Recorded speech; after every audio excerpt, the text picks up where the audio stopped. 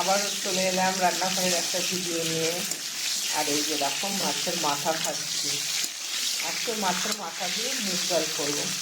অনেকদিন ধরেই ভাবছি করবো কিন্তু আর এই পথ সেপথ হয়েছে আর মানে করছি না। তা আজকে ফ্রিজ খুলে দেখি এই যে একটা গোটা মাথা আর অর্ধেকটা মাথা পড়ে আছে। তাহলে না আজকেই করে ফেলি। তাই যে মাথা ভাজছি, মাথা ভাজা হয়ে গেছে আমার আর কি। কারণ আজকে অন্যদিন মাথা ভাজে নামিয়ে পরে ফোড়ন দিই, কিন্তু আজকে একটু তাড়া আছে জানো তো। তাই যে দেখো সাদা জিরে, তেজপাতা, লঙ্কা, দারচিনি আর এলাচ ফোড়ন দিয়ে দিলাম। কেন আজকে আর মাথা ভাজতে ফোড়নটা দিয়ে দিই। একটু তাড়াহুড়োয় রয়েছি। আজকে আর বেশি কিছু রান্না করবো না, এইটা রান্না করব। আর এই যে দেখো অনেক দিন ধরে তেলাপিয়া মাছ খাবো করছি।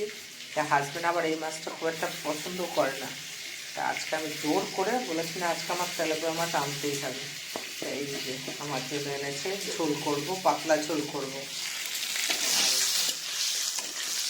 আর এদিকে দেখো মুগ ডালটা ভেজে কড়াইতে সিদ্ধ করে নিয়েছি, নুন হলুদ দিয়ে নিয়েছি। আর এখানে ডালের সঙ্গে মুখে দিয়ে পটল ভাজা। এই যে দেখো ফোড়নটা হয়ে গেছে, এবার ডালটা ঢেলে দিই।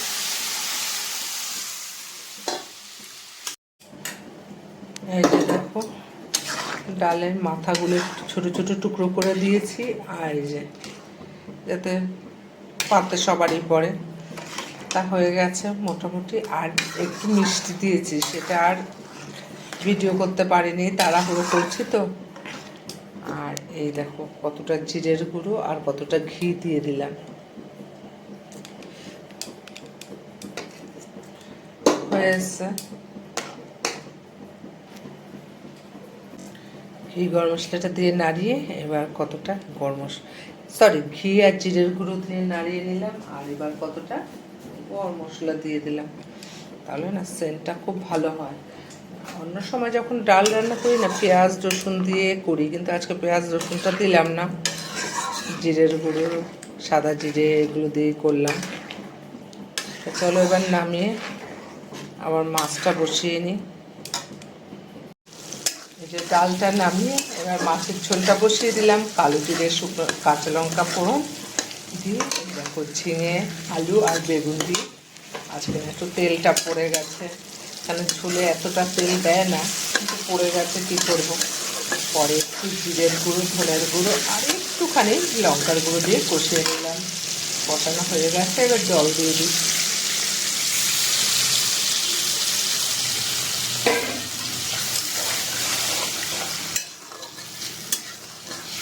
এই ঝোলটা না গন্ধ লেবু দিয়ে খেতে দারুণ লাগে, পাতলা ঝোল, মাছের ঝোল।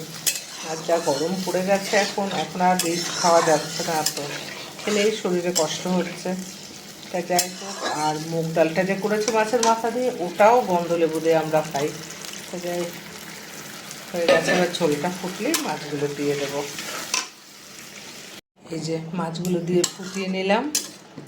আর এবেলার মতো রান্না কমপ্লিট। রাতেরটা পরে যদি কিছু করতে হয় তখন দেখা যাবে।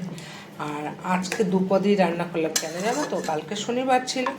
আলু ফুলকপির রসা, কুমড়ো ডাঁটার তরকারি, টক ডাল অনেকটা রয়ে গেছে। তাই এবেলা এগুলো দিয়ে খাক, রাত্রেবেলা যদি কিছু করতে হয় করে নেব।